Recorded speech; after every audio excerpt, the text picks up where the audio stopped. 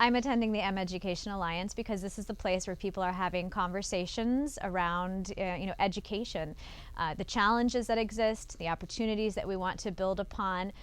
This year the topic relates to STEM education, which is my area of passion, and of course nobody wants to work in isolation on these problems. Nobody really can if they want to be effective and have that long-lasting impact. So I'm always here looking to connect with others.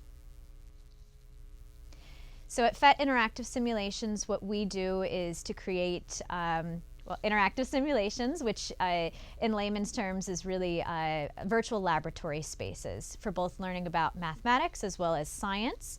And the reason we do this is, number one, it really helps teachers and learners who don't have access to physical materials, either manipulatives in mathematics or science laboratory equipment. But it's also extremely helpful in general for teaching about very abstract concepts. So that's the core of our work. But in addition to that, and what I'm responsible for primarily, is supporting teachers to use those education resources effectively.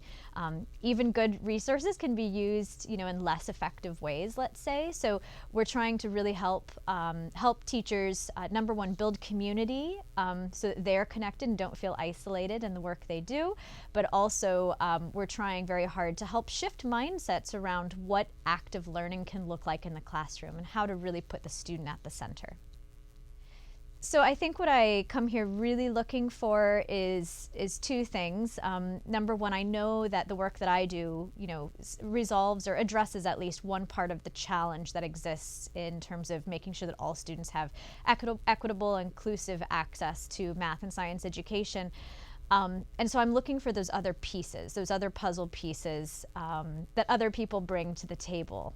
They may be addressing different aspects of perhaps working conditions or teacher preparation or supporting students at home learning, things outside of STEM, let's say, that also might be necessary for a good education.